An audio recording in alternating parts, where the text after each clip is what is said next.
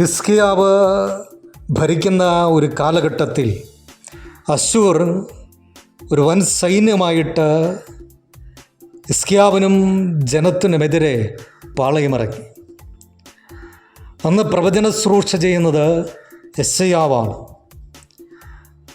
ആയുധബലത്തെ നോക്കി, അംഗബലത്തെ നോക്കി ഇതുമായിട്ട് ചെന്ന് കഴിഞ്ഞാൽ അമ്പേ പരാജയപ്പെട്ടു പോകും.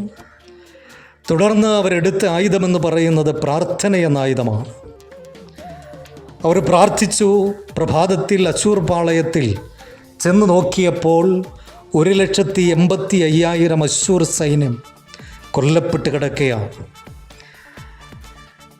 അവർ പ്രാർത്ഥനയ്ക്ക് വേണ്ടി മുഴങ്കാൽ മടക്കിയപ്പോൾ സ്വർഗത്തിലെ ദൈവം തൻ്റെ ഒരു ദൂതനെ അശ്ശൂർ പാളയത്തിലേക്ക് ഇറക്കി വിട്ടു.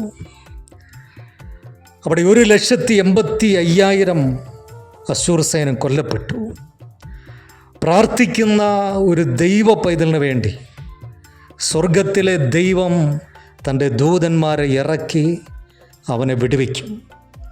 ഇന്ന് പകൽക്കാലവും പ്രാർത്ഥനയിൽ പോരാടുന്ന, പ്രാർത്ഥനയിൽ ഉച്ചരിക്കുന്ന, പ്രാർത്ഥനയെ ജാഗരിക്കുന്ന ഒരു ദൈവ പൈതലാണെങ്കിൽ നിനക്ക് വേണ്ടി സ്വർഗം തുറന്ന് ദൈവം കൽപ്പിക്കുമ്പോൾ ദൂതന്മാർ ഇറങ്ങി വരും.